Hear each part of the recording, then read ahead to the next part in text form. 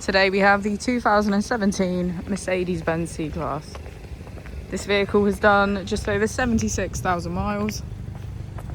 It has an automatic transmission and a petrol fuel type.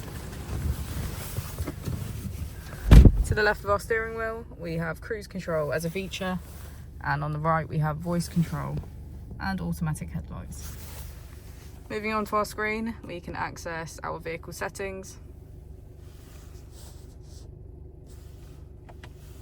smartphone integration, media, radio,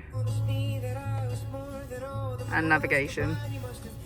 If we put the vehicle into reverse, you can see that it comes with a parking camera with parking sensors.